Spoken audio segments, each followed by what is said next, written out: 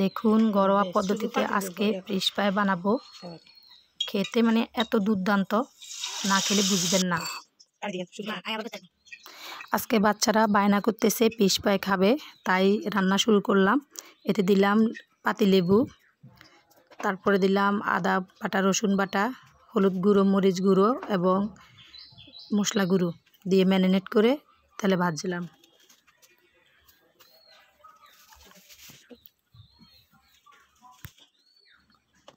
সাথে একটু গরম তেল দিয়ে দিলাম যেন মশলাটা ভালো করে ম্যারিনেট হয়।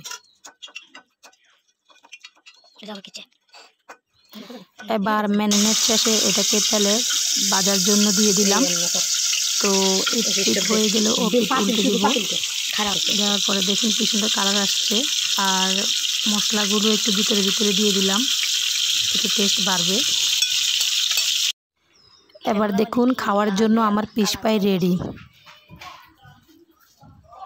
এবার দেখুন খাওয়ার জন্য আমার ফিশ ফ্রাই রেডি, সেই নরম হয়েছে।